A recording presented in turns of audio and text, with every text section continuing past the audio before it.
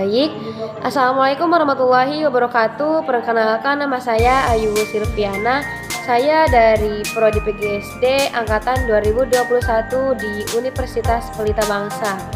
Saya akan menjelaskan tentang panduan pengembangan proyek penguatan profil pelajar Pancasila atau bisa kita sebut dengan P5. Nah, di sini teman-teman harus memahami langkah-langkah profil pelajar Pancasila. Yang pertama, memahami P5. Apa sih itu profil pelajar Pancasila? Yaitu merupakan kumpulan kompetensi dan karakter esensial yang dapat dipelajari melalui lintas disiplin ilmu. Profil ini memiliki 6 dimensi. Yang pertama, beriman, bertakwa kepada Tuhan Yang Maha Esa.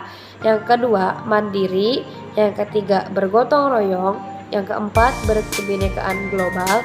Yang kelima, bernalar kritis. Dan yang keenam, kreatif. Ya, apa sih berkebinekaan global? Jawabannya yaitu pelajar Indonesia dapat mempertahankan budaya-budaya luhur, identitas, dan lokasi serta dapat berpikir terbuka dalam berinteraksi dan menerima budaya lain. Dan sedangkan bernalar kritis yaitu kemampuan mempertanyakan setiap aspek yang dalam satuan pendidikan atau satuan permasalahan.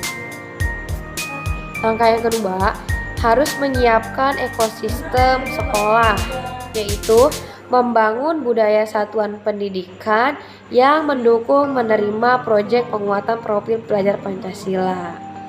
Langkah yang ketiga, mendesain proyek penguatan profil Pancasila, yaitu kita harus mengetahui alur perencanaan proyek, merancang alokasi waktu dan dimensi, membentuk tim fasilitator proyek, mengidentifikasi tahapan kesiapan satuan pendidikan dalam menjalankan proyek, dan menentukan dimensi tema proyek, menyusun model proyek, menentukan sub-elemen atau tujuan proyek, dan merancang topik, alur aktivitas, dan asesmen proyek.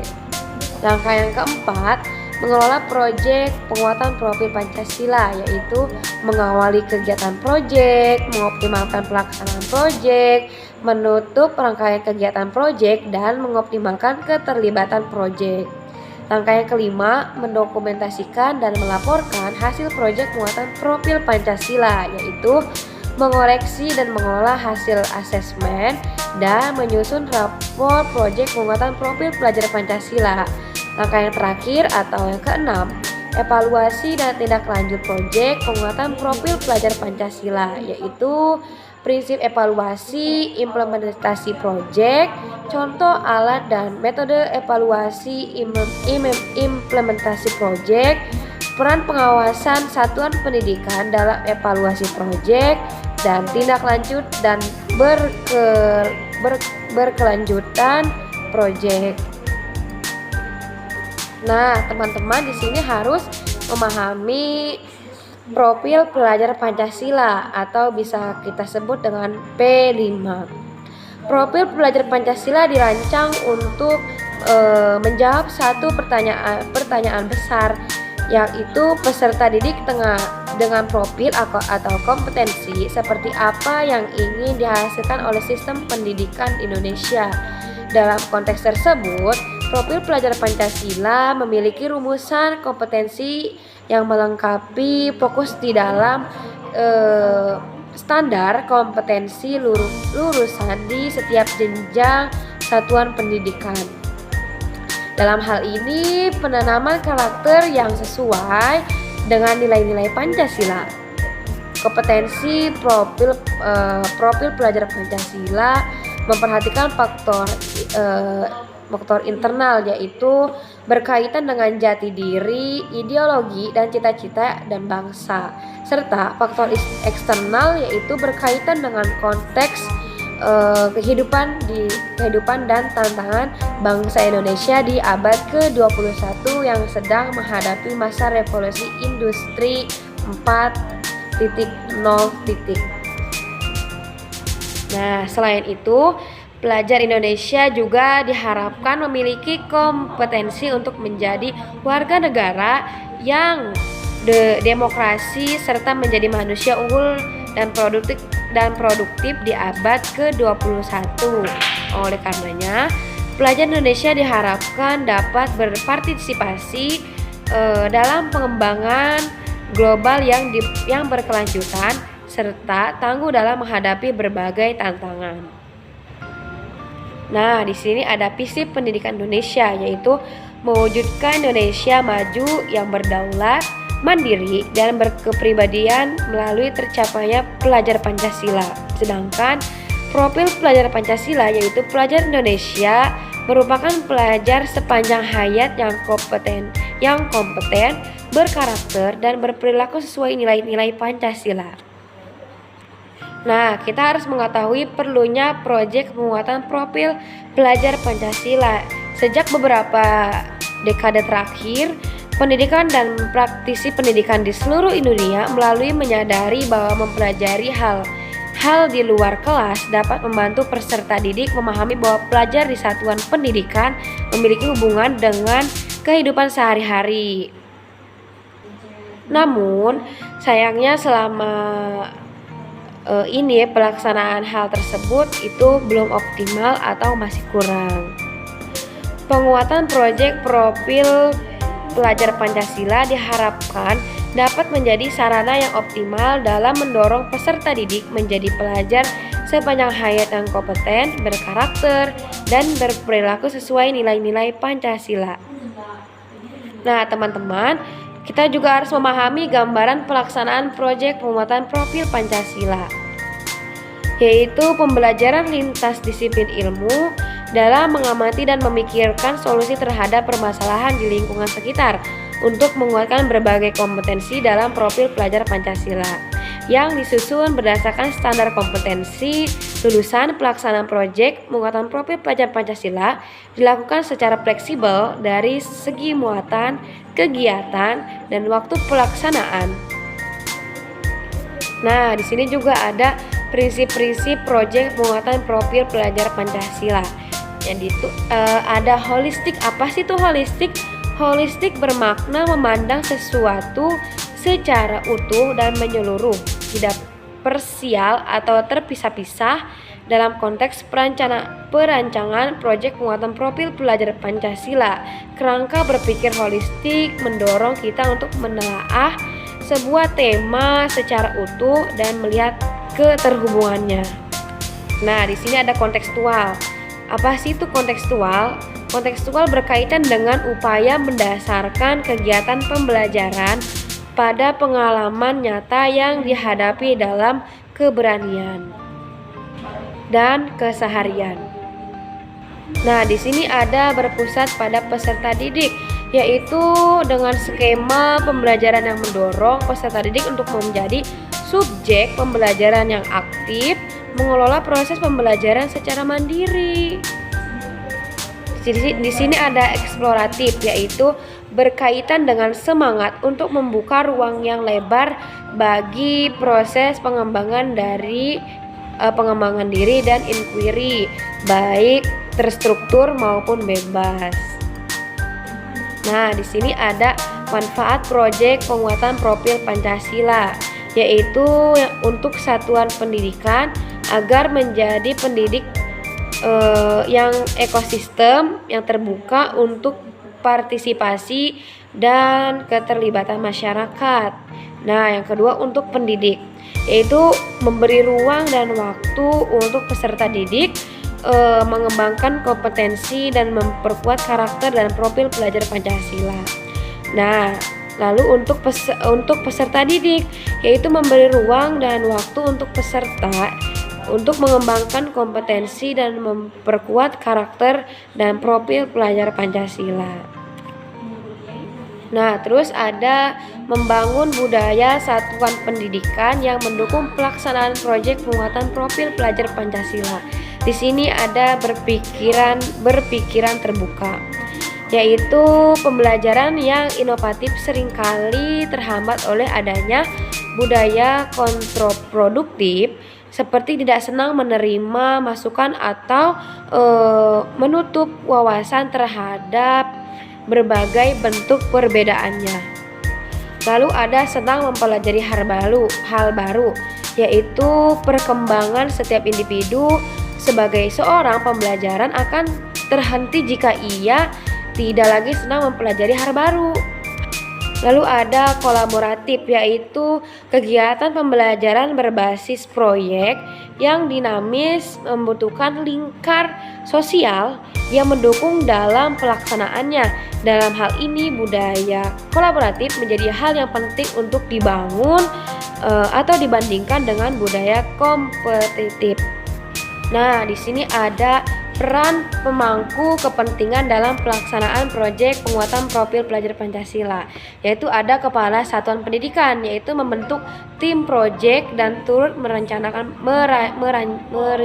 proyek. Yang pertama, membentuk tim proyek profil dan turut merencanakan proyek profil. Yang kedua, mendampingi jalannya proyek profil. Yang ketiga, membangun komunikasi untuk kolaborasi antar orang tua peserta didik, warga satuan pendidikan, dan narasumber pengayaan proyek profil, masyarakat, komunitas, universitas, praktisi, dan sebagainya. Lalu ada dinamis pendidikan provinsi, kabupaten, atau kota. Yang pertama, berkoordinasi dengan satuan pendidikan, memastikan tersedianya sumber daya, sarana, dan prasarana. Yang kedua, memberikan dukungan untuk meningkatkan kapasitas pendidik dan tenaga pendidikan secara berkelanjutan. Yang ketiga, memastikan hal asesmen dipergunakan sebagai umpan balik. Yang keempat, memastikan keterlibatan dan sinergi antara pemangku kepentingan berjalan dengan baik untuk mendukung proyek profil. Yang kelima, mengawasi apakah proyek profil sudah berjalan sesuai dengan yang diharapkan. Lalu ada pendidik. Peran ini khusus diampu oleh pendidik yang menjadi tim fasilitator proyek. Yang pertama, perencanaan proyek, melakukan perencanaan tujuan, alur kegiatan, strategi pembelajaran, dan asesmen proyek secara berkelanjutan. Nah, itu harus diketahui oleh tim fasilitator proyek. Yang kedua, lalu ada peserta didik, yaitu mengasah komitmen untuk mencapai tujuan pembelajaran yang telah disepakati. Yang kedua, mengembangkan kemandirian untuk berpartisipasi aktif dalam proses pembelajaran sesuai minat dan kemampuan yang dimiliki. Terakhir ada komite satuan pendidikan, yaitu memberikan dukungan terkait dengan pelaksanaan proyek di satuan pendidikan. Lalu ada pengawas, yaitu berkoordinasi dengan satuan pendidikan, memastikan tersedianya sumber daya, sarana, dan prasarana. Ada masyarakat atau orang tua peserta didik atau mitra, yaitu menjadi sumber belajar yang bermakna bagi peserta didik dalam pelaksanaan kegiatan proyek profil. Di sini ada contoh pertanyaan untuk komunikasi yang memperdayakan antara pengawas dan kepala satuan pendidikan atau tim fasilitator proyek profil, yaitu apa harapan atau tujuan yang ingin dicapai oleh satuan pendidikan dalam pelaksanaan proyek penguatan profil pelajar Pancasila. Pertanyaan kedua, bagaimana kondisi kesiapan sekolah saat ini? Yang ketiga, apa langkah-langkah yang harus atau yang perlu dilakukan dan apa tantangan yang mungkin dihadapi dan bagaimana cara menanganinya? Nah, di sini ada contoh bentuk penguatan kapasitas pendidik. Di sini ada kapasitas dasar dan kapasitas lanjutan. Kapasitas dasar itu ada 6 strategi. Strategi pertama yaitu pembelajaran berbasis proyek. Strategi kedua diferensiasi. Strategi yang ketiga asesmen. Strategi keempat refleksi. Strategi kelima bertanya, dan strategi keenam pendampingan. Sedangkan kapasitas lanjutan yaitu terbagi menjadi 5, yaitu Yang pertama, manajemen kelas dalam pembelajaran berbasis project. Yang kedua, tim teaching atau mengajar kolaboratif. Yang ketiga, proses desain project. Yang keempat, proses pelibatan masyarakat atau lingkungan satuan pendidikan dalam pembelajaran. Yang kelima, merancang perayaan pembelajaran. Nah, di sini ada alur perencanaan profil project. Yang pertama, membentuk tim fasilitator proyek penguatan profil pelajar Pancasila. Sama halnya yang tadi sudah dijelaskan, dan ini lebih jelasnya lagi, yaitu alur perencanaan proyek profil. Yang kedua, mengidentifikasi tingkat kesiapan satuan pendidikan. Yang ketiga, merancang dimensi, tema, dan alokasi waktu proyek penguatan profil pelajar Pancasila. Yang keempat, menyusun modul proyek. Dan yang terakhir, merancang strategi pelaporan hasil proyek. Di sini ada langkah pembentukan tim fasilitator proyek profil. Yang pertama, pimpinan satuan pendidikan menentukan seorang koordinator proyek profil, bisa dari wakil kepala satuan pendidikan atau pendidik yang mempunyai pengalaman mengembangkan dan mengelola proyek. Yang kedua, apabila mempunyai SDM yang cukup, koordinator proyek profil sekolah dapat membentuk koordinator di level kelas, misalnya 1 orang koordinator kelas, 2, dan seterusnya. Untuk pendidikan khusus, koordinator dapat dipilih berdasarkan jenis khususnya. Lalu ada pengembangan peran dan tanggung jawab dalam pengelolaan profil project, yaitu dalam satuan pendidikan harus menyiapkan sistem dari perencanaan hingga evaluasi dan refleksi proyek profil di skala satuan pendidikan. Lalu membuka pintu kolaborasi dengan narasumber untuk memperkaya materi proyek profil masyarakat, komunitas, akademis, dan praktisi. Nah, di sini identifikasi kesiapan satuan pendidikan pada tahap awal, 50% seberapa banyak pendidikan yang pernah melaksanakan pembelajaran berbasis proyek, yaitu baru 50%. Sedangkan pembelajaran berbasis proyek sudah menjadi kebiasaan sekolah, yaitu tahap awal itu belum terlaksana. Nah, lalu ada tahap perkembangan. Di sini apakah proyek sudah terjadi lintas disiplin? Sudah, alhamdulillah. Lalu apakah sekolah memiliki sistem yang mendukung pelaksanaan proyek pembelajaran berbasis proyek, yaitu alhamdulillah sudah punya. Nah, tahap selanjutnya, apakah sudah ada keterlibatan mitra? Ya, ada. Karena tahap lanjut ini direkomendasikan menjadi mentor untuk sekolah tahap awal dan berkembang.